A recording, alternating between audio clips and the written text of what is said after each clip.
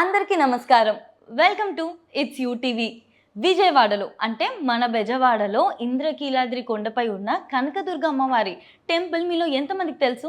అసలు తెలియని వారంటూ ఎవరూ ఉండరు కదా. ఇది ఎంతో పవర్ఫుల్ అని చెప్పేసి ప్రతి ఒక్కరు కూడా నమ్ముతూ ఉంటారు. కేవలం మన రాష్ట్రం నుండే కాదు, పలు రాష్ట్రాల నుండి లక్షలాది భక్తులు తరలి వస్తూ ఉంటారు కేవలం అమ్మవారిని దర్శించుకునేందుకు. ఎన్నో మొక్కులతో, ఎంతో నమ్మకంతో ఇక్కడ అమ్మవారిని దర్శించుకునేందుకు వస్తూ ఉంటారు.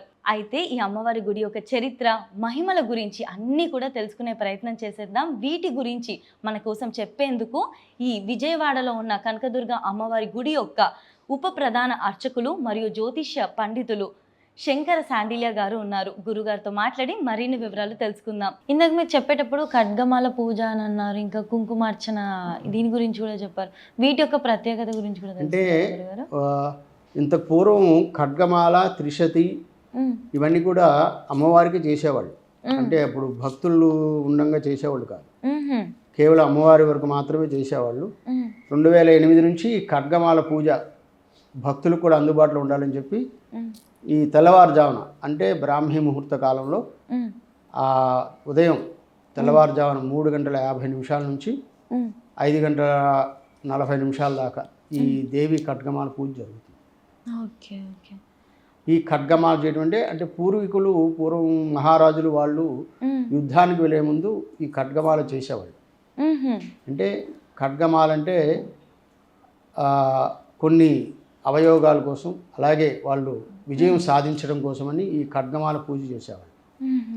అలాగే ఇప్పుడు నేటి యొక్క పరిస్థితుల రీత్యా వాళ్ళ వ్యాపారస్తులు, అలాగే వాళ్ళ ఇళ్లలో ఏదైనా దోషాలు ఉన్నా, కొంచెం వాళ్ళకి బాగుండలేదంటే వచ్చి ఖడ్గమాల చేసుకోవటం ఇదంతా. అలాగే చండీ యాగం, చండీకి ఎంత ప్రభావం ఉందో ఖడ్గమాల కూడా అంత విశేషం.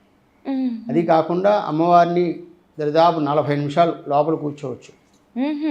లోపల 40 నిమిషాలు కూర్చొని, మరి వాళ్ళని ఎవరిని పొమ్మడరు కదా, ఆ 40 నిమిషాల సేపు అమ్మవారిని అలాగ చూస్తూ వాళ్ళు ఆ ఖడ్గమాల పూజని చక్కగా ఆహ్వానిస్తారు. ఆ ఖడ్గమాల పూజలో ఏం జరుగుతుంది గురుగారు? అంటే అమ్మవారికి 9 ఆవరణలు ఉంటాయి. మామూలుగా ఈ ఖడ్గమాల అంటే 9 డివిజన్స్, 9 డివిజన్స్ ఉంటాయి. ఒక్కొక్క ఆవరణకి ఒక్కొక్క పూజ అనేది ఉంటుంది. అలాగే ఈ 9 ఆవరణలకు 9 భాగాలు ఉండేటువంటి పూజ ఇది. నవ ఆవరణ అంటారు దాన్ని, 9 ఆవరణలు. ఈ ఖడ్గమాల పూజ ఒక్కొక్క అనిమా సిద్ధే, లఘుమా సిద్ధే, గరిమా సిద్ధే, మహిమా సిద్ధే, ఈశత్వ సిద్ధే, వశిత్వ సిద్ధి లాగా ఈ సిద్ధులన్నీ కూడా ఉంటాయి. అలాగే మనకు ఉండేటువంటి ఈ షట్చక్రాలన్నింటినీ, ఇది చాలా విశేషమైన పూజ. ఈ షట్చక్రాలను కదిలించడం అనేది సామాన్యులకు వశం కాదు అది అంత తొందరగా, కానీ ప్రయత్నం అంతే. ప్రయత్నం చాలామంది సాధించడం కోసం చేస్తారంతా కూడా. సహస్రారం వరకు వెళ్ళే అవకాశాలు ఎక్కువ వీటిలోనే ఉంది. అందుకని బిందు తర్పణ సంతుష్ట పూర్వజ త్రిపురాంబిక. బిందు తర్పణ, బిందు అంటే పైన ఉంటుంది అమ్మవారికి. శ్రీచక్రం అంటే అమ్మవారి గుళ్ళో చూసావా ఇప్పుడు వెళ్ళావా, అమ్మవారి శ్రీచక్రం ఉంటుంది. అది జగద్గురు ఆదిశంకరాచార్యులు పరంపర. అది వారు ఆ శ్రీచక్రాన్ని ప్రతిష్ఠ చేశారట. ఆ శ్రీచక్రానికి 1300 సంవత్సరాలు. ఆ శ్రీచక్రం 1300 సంవత్సరాల క్రితం. అంటే జగద్గురు ఆదిశంకరాచార్యులు 7వ శతాబ్దం చివరిలో ఉన్నారు. ఇక్కడికి వచ్చింది 7వ శతాబ్దం చివరిలో వచ్చారు, 8వ శతాబ్దం ప్రారంభంలో. అప్పుడు ఆ శ్రీచక్రాన్ని వారు ప్రతిష్ఠ చేసి అమ్మవారు ఉగ్రస్వరూపిణిగా ఉండేటువంటి అమ్మవారిని శాంతింపజేసి ఆ శ్రీచక్రంలో అమ్మవారిని పెట్టారట జగద్గురు ఆదిశంకరాచార్యులు. ఆనాటి నుంచి మనకి శ్రీచక్రం యొక్క ప్రాముఖ్యత ఏమిటనేది జగద్గురువులే మనకి ఇచ్చారు. ఈ అమ్మవారికి సంబంధించినవన్నీ కూడా మణిద్వీప వర్ణన కానీ, లలితా సహస్రనామం కానీ, దేవి ఖడ్గమాల, ఇవన్నీ కూడా మరి వారి యొక్క ఇదే. ఒకప్పుడు రాజులు అంటే యుద్ధాల్లో గెలవడం కోసం ఈ విధంగా చేపించుకునేవారు. ఇప్పుడు వ్యాపారాల్లో, ఇప్పుడు వ్యాపారం కానీ రాజకీయ పరంగా అది కూడా ఒక యుద్ధమే వాళ్ళకి. అవును. అందుకని ఏంటంటే ఖడ్గమాల చేయడం వల్ల వాళ్ళకి ఇవన్నీ కూడా వాటిలో దోషాలు పోగొట్టుకొని వాళ్ళు బాగుంటారు. గురుగారు ఇప్పుడు మనం ఖడ్గమాల గురించి మాట్లాడుకున్నాం కదా, ఈ సింధూరంతో అర్చన చేయడం యొక్క విశిష్టత ఏంటి? సింధూరం అంటే అమ్మవారికి రక్తం అంటే ఇష్టం. మ్హూ. రక్తవర్ణ మాంసనిష్ట గూఢాన్న ప్రీత మానస. అంటే గురుగారు రక్తవర్ణం అంటే అమ్మవారికి ప్రీతి. ఎందుకంటే రక్తబీజుని సంహరించింది అమ్మవారు. మ్. రక్తబీజుని సంహరించిన తర్వాత అమ్మవారికి ఆ రక్తాన్ని ఆస్వాదించడం అనేది ఎక్కువైంది. మ్హూ. అందుకనంటే ఆ రక్తాన్ని అమ్మవారు ఎక్కువగా ఇచ్చేస్తుంది కాబట్టి జగద్గురు ఆదిశంకరాచార్యులు ఏం చేశారంటే ఇక్కడ కూడా దుర్గా అమ్మవారు ఎంతోమందిని ఆ జీవాల్ని వాటిని సంహరించేదట అమ్మవారు. మ్హూ. బలులు ఇచ్చేవాళ్ళు ఎక్కువ, ఆహా. బలిహరణ ఎక్కువగా ఉండేది అమ్మవారిని. మ్హూ. ఎలా అయితే కామాఖ్య దేవాలయంలో ఇప్పటికీ మ్. అక్కడంటే వాళ్ళ ఆచారం మ్. వామాచారం అదంతా. మ్. మ్. దీనిలో వామాచారం దక్షిణాచారం మ్. కౌలాచారం అని ఉన్నాయి మనకి.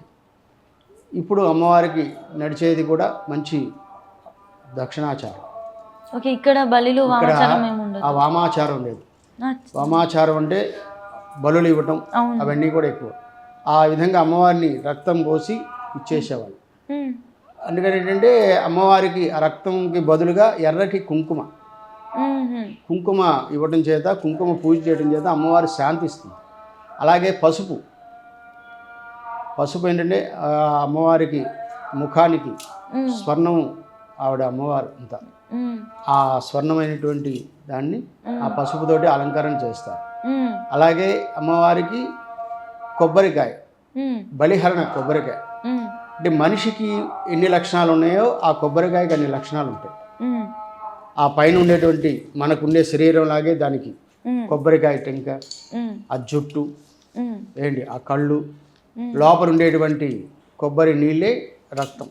మ్హూ. అలాగా బలిహరణ కొబ్బరికాయ అంటే బలిహారణ అమ్మవారికి. అలాగా కుంకుమార్చన చేయటం వల్ల అమ్మవారికి చాలా ఇష్టం కుంకుమ అంటే, ఆ ఎర్రటి వర్ణం అంటే అమ్మవారి. అది అంటే ఇప్పుడు ఎర్రటిది రక్తం అనే దాని బదులు మనం ఇక్కడ సింధూరంతోనే అమ్మని చక్కగా పూజ చేసుకుంటున్నాం. అవును. పూర్వంలో కూడా ఇక్కడ ఎప్పుడు బలులు లేవా గురువుగారు? ఉన్నాయి. పూర్వంలో ఉన్నాయి. ఎలా మరి ఈ బలులు అనేవి ఇక్కడ నుంచి అంటే తొలగించడం ఇప్పటికీ ఉంది బలిహరణ పీఠాలు ఉన్నాయి. ఇప్పుడు మ్హూ. బలిపీఠం ఉంది, కింద ఇస్తుంటారు, ఇప్పటికీ ఇస్తారు. ఇప్పుడు ఉంది. ఇప్పుడు కొండ కింద, కొండ పైన లేదు. ఆహా.